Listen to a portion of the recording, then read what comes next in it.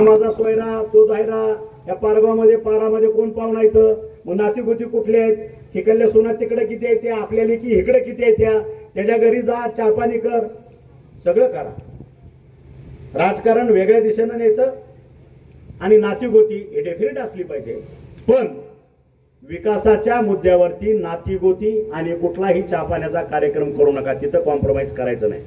कारण विकास आज 1,500 कोटीचा निधी आपण ज्यावेळेस महाराष्ट्र शासनाच्या तिजोरीतनं खेचून आणतोय, त्यासाठी दबंग आणि दमदार आमदारच लागतो, हे परत एकदा लक्षात ठेवा. आज 288 आमदार आपल्या महाराष्ट्रामध्ये आहेत.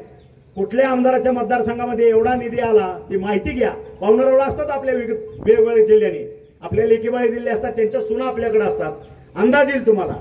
आणि म्हणून कुठं वैयक्तिक कॅबिनेटमध्येही कॉम्प्रोमाइज करत नाही आणि जिल्ह्यामध्येही कॉम्प्रोमाइज करत नाही.